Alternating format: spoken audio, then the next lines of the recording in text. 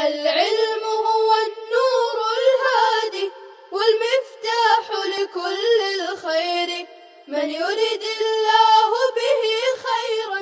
الحمد لله رب العالمين والصلاة والسلام على سيد الأنبياء والمرسلين سيدنا محمد وآله وصحبه أجمعين. أعوذ بالله من الشيطان الرجيم. بسم الله الرحمن الرحيم. اتخذوا أحبارهم ورهبانهم أربابا من دون الله والمسيح ابن مريم. انہوں نے اپنے علماء اور اپنے راہبوں کو رب بنا لیا اللہ کو چھوڑ کر کے، اور رب بنا لیا مسیح ابن مریم کو. وما امروا الا ليعبدوا الها واحدا. حالانکہ خود انہیں حکم نہیں دیا گیا مگر اسی کا کہ وہ عبادت کریں گے ایک ہی معبود کی. لا الہ الا ہو، اس کے سوا کوئی معبود نہیں. سبحانہ عما یشرکون، وہ پاک ہے ان چیزوں سے جن کو وہ شریک ٹھہرا رہے ہیں. یریدون ان یطفئوا نور اللہ بافواہہم، وہ چاہتے ہیں کہ اللہ کے نور کو اپنے منہ سے بجھا دیں. وَيَأْبَى اللَّهُ إِلَّا أَن يُتِمَّ نُورَهُ وَلَوْ كَرِهَ الْكَافِرُونَ. اور اللہ انکار کرتے ہیں مگر یہ کہ وہ اپنے نور کو اتمام تک پہنچائیں اگرچہ کافر لوگ ناپسند کریں. هو الذی ارسل رسولہ بالہدی ودین الحق، وہی اللہ ہے جس نے اپنے رسول کو ہدایت اور دین حق دے کر بھیجا. لیظہرہ علی الدین کلہ، تاکہ اسے غالب کر دے تمام ادیان پر. ولو کرہ المشرکون، اگرچہ مشرک ناپسند کریں.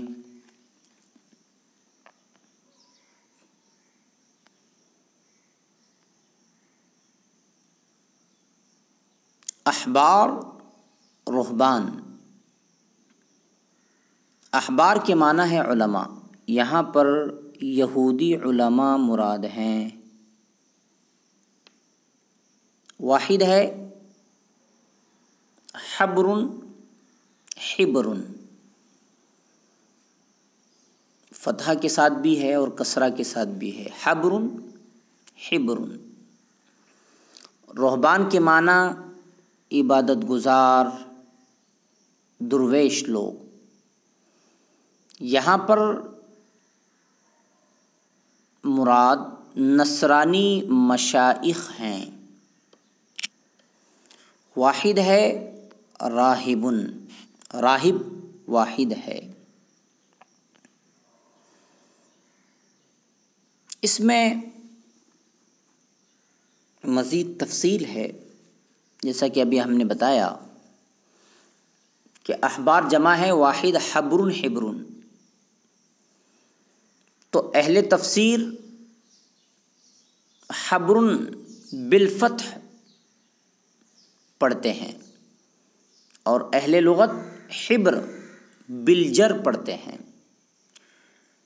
گویا احبار کا جو واحد ہے بالفتح حبر، یہ اہل تفسیر کے نزدیک، اور حبر بالجر یہ اہل لغت کے نزدیک.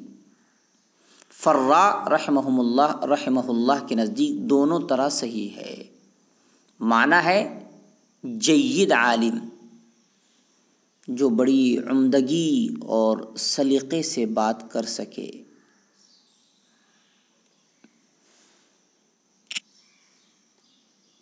ارباب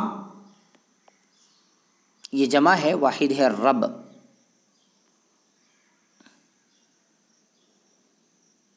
لیکن یہاں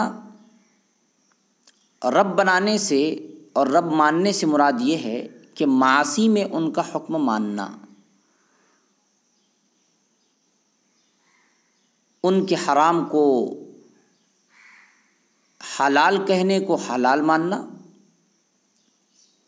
اور حلال کو حرام کہنے کو حرام ماننا، یہ مطلب یہاں مراد ہے۔ ان یطفئوا، اطفاء مصدر ہے باب فعال، معنی بجھانا۔ اتخذوا یہ فعل ماضی جمع مذکر غائب کا صیغہ ہے۔ احبارہم و رہبانہم معطوف علیہ مل کر یہ مفعول اول ہے، اربابن یہ مفعول ثانی ہے۔ والمسیح ابن مریم کا جو عطف ہے وہ احبارہم و رہبانہم پر، گویا پوری عبارت یہاں بھی اسی طرح محذوف ہے، والمسیح ابن مریم اربابا من دون اللہ۔ وما امروا، واو حالیہ ہے مانافیہ ہے، لیعبدوا میں لام تعلیل ہے، ان حرف ناصب محذوف ہے، اسی بنا پر فعل مضارع سے کے آخر سے نون اعرابی محذوف ہے۔ الہا واحدا موصوف صفت مل کر یہ مفعول بھی ہے۔ سبحانہ یہ مفعول مطلق ہے۔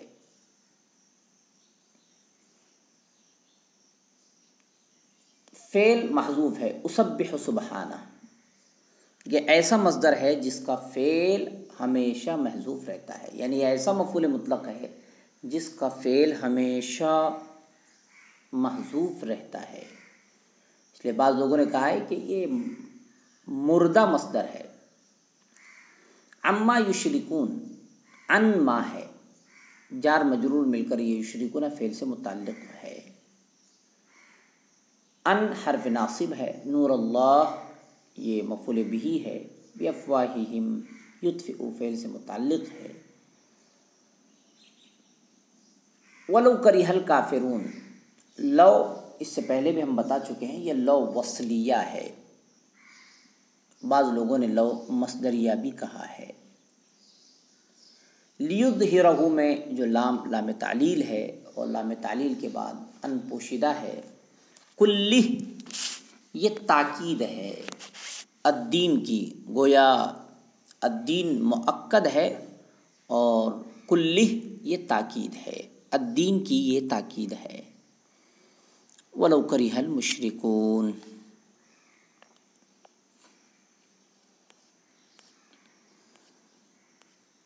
ہم نے گزشتہ درس میں کہا تھا کہ جزیے سے متعلق تھوڑی سی تفصیل ہم بتائیں گے، چنانچہ جزیے کے لفظی معنی بدلے اور جزا کے ہیں۔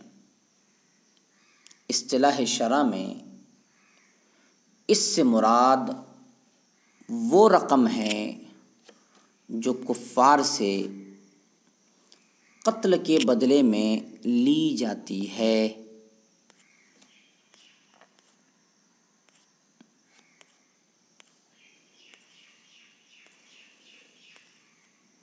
وجہ یہ ہے کہ کفر و شرک اللہ اور رسول کی بغاوت ہے، جس کی اصلی سزا تو قتل ہے، مگر اللہ تعالیٰ نے اپنی رحمت کاملہ سے ان کی سزا میں یہ تخفیف کر دی کہ اگر وہ اسلامی حکومت کی رعیت بن کر، ماتحت بن کر، عام اسلامی قانون کے ماتحت رہنا منظور کریں تو ان سے ایک معمولی رقم جزیے کی لے کر چھوڑ دیا جائے۔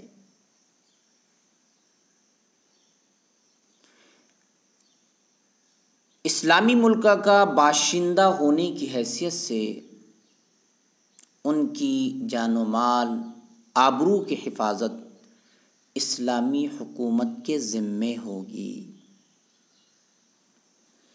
ان کی مذہبی رسوم میں کوئی مزاحمت نہ کی جائے۔ ایسی رقم کو جزیہ کہا جاتا ہے۔ جزیے کا تعین، جزیے کا طے کرنا، اگر باہمی مصالحت اور رضامندی سے ہو تو شرعاً اس کی کوئی حد نہیں۔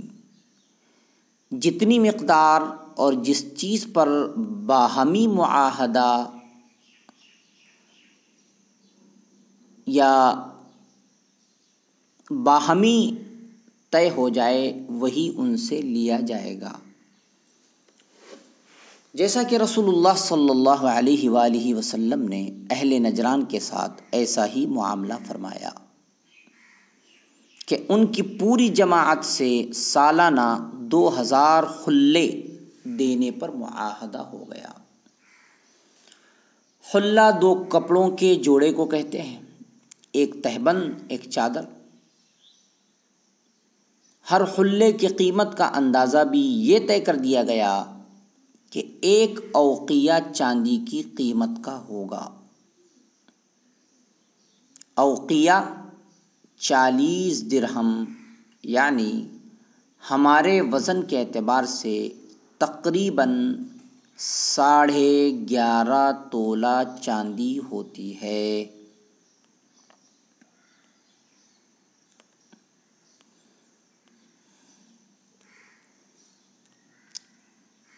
مزید تفصیل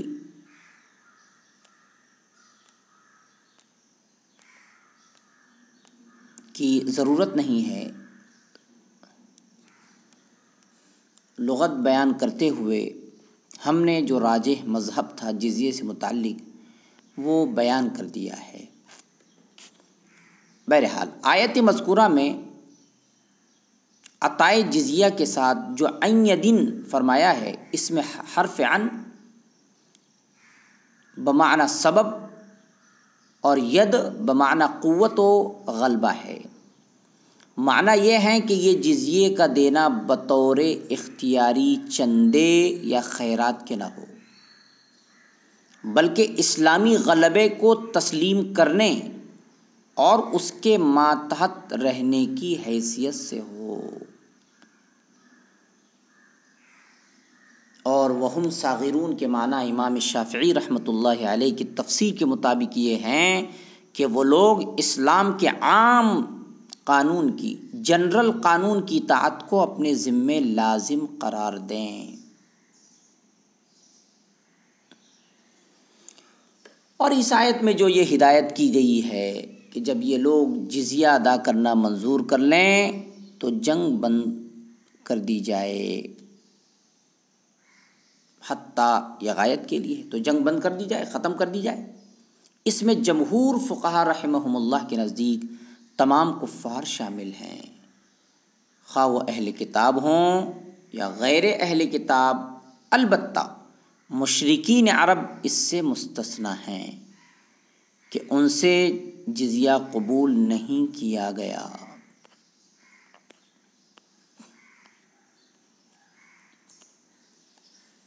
دوسری آیت میں یعنی وقالت الیہود عزیر ابن اللہ، اسی مضمون کی مزید تفصیل ہے، جس کا ذکر پہلی آیت میں اجمالاً آیا ہے کہ یہ اہل کتاب اللہ پر ایمان نہیں رکھتے۔ دوسری آیت میں فرمایا کہ یہود تو عزیر علیہ السلام کو خدا کا بیٹا کہتے ہیں اور نصارہ حضرت عیسیٰ علیہ السلام کو، اس لیے ان کا دعوی توحید اور ایمان کا غلط ہونا ثابت ہو گیا۔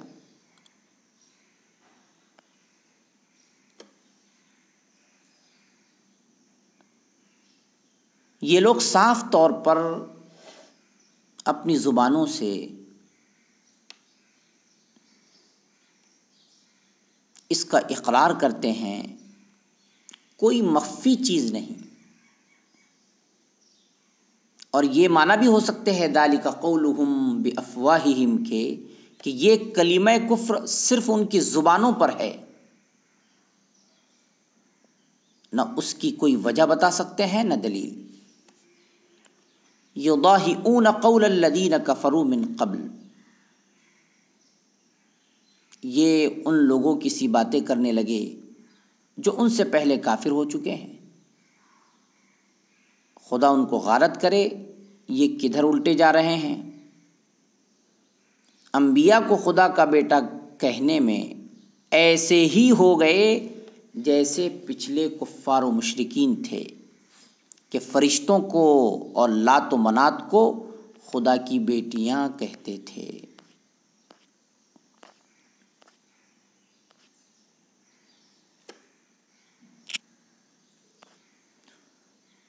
صلی اللہ تعالی علی خیر خلقہ سیدنا محمد وآلہ وصحبہ اجمعین برحمتک یا ارحم الراحمین۔